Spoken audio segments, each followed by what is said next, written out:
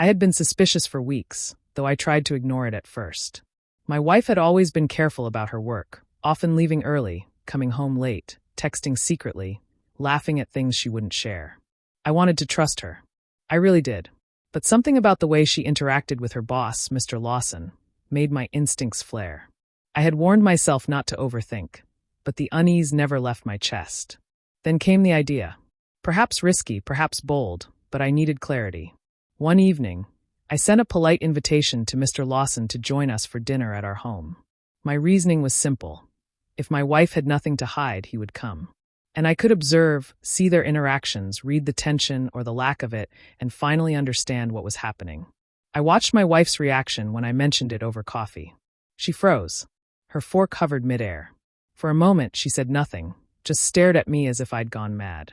Then came the forced laugh, the attempt to mask panic with casualness. "You're joking, right?" she asked, eyes darting away from mine. "No joke," I said, keeping my tone calm but firm. "I thought it would be nice to get to know him better. He works so closely with you. I figured it's only polite." Her face changed almost imperceptibly. A flicker of irritation, a shadow of something I didn't immediately recognize. "Well, if you insist," she said finally, voice tight, almost clipped. But her eyes betrayed her, darting quickly, calculating. The night arrived.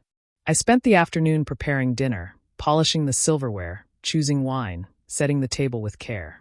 I wanted everything perfect, not to impress her, but to show that I wasn't intimidated by a man who apparently occupied more of her thoughts than I did.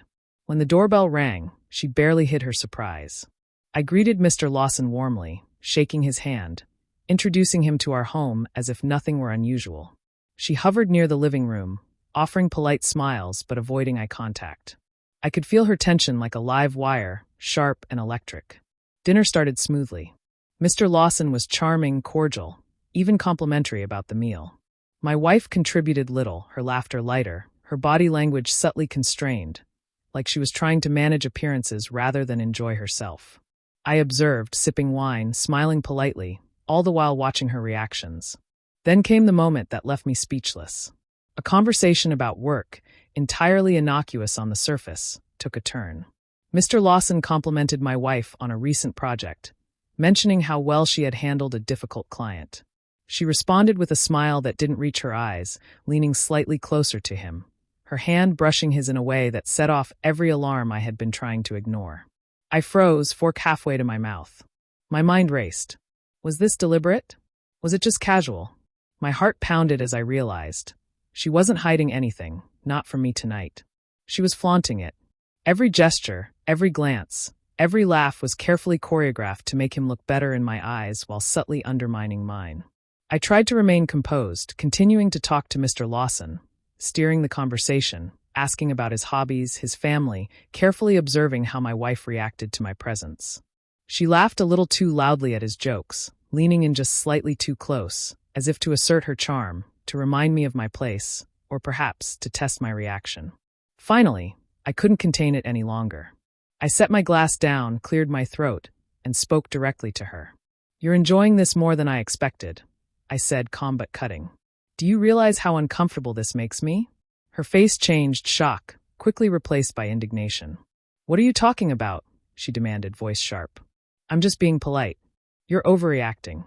I leaned back slightly, studying her, letting the words sink in. Polite doesn't require leaning into your boss's personal space, laughing at every word, or subtly dismissing your husband at the table. That's not politeness. That's attention-seeking. Mr. Lawson looked between us, confused and awkward, unsure what to do. I didn't answer him. This wasn't about him, it was about her. She opened her mouth, trying to protest, but I interrupted, softly but firmly. "I invited him so we could have a nice evening together. Not so I could watch you manipulate someone else's perception while ignoring mine." Her lips trembled, a flash of panic in her eyes, but no genuine apology came. Only the flicker of anger, the realization that her carefully maintained control over the situation was slipping.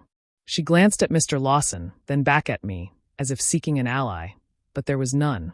I excused Mr. Lawson politely, thanking him for coming, inviting him to visit again. Once he left, the house fell silent, heavy and suffocating. She turned to me, finally, face pale, eyes wide. You can't just." "I can," I interrupted, voice steady. because I'm not going to let manipulation, disrespect, or subtle games dictate my life. You mocked my boundaries for too long. Tonight made it clear what I should have known all along. She had nothing to say. She realized she had lost, not in a confrontation of words, but in the quiet demonstration of my resolve.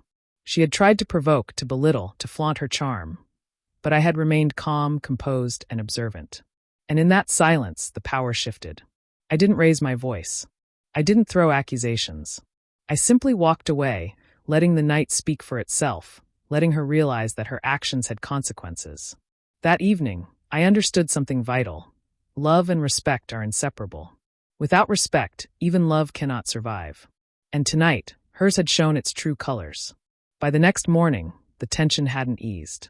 She avoided my gaze, probably replaying every gesture, every laugh, every smirk. I stayed composed, returning to my routine, letting the weight of my quiet authority sink in. Her reaction had left me speechless, yes, but not because of fear or confusion. I was speechless at the sheer audacity she had shown, and at how clearly it revealed the fracture in our relationship. That night, I made a decision, not rash, not fueled by anger, but measured and deliberate. I would no longer tolerate manipulation. I would no longer allow my marriage to be undermined by arrogance disguised as charm or casual work obligations. The dinner had spoken more clearly than any argument ever could. And in the end, her reaction had left me with clarity.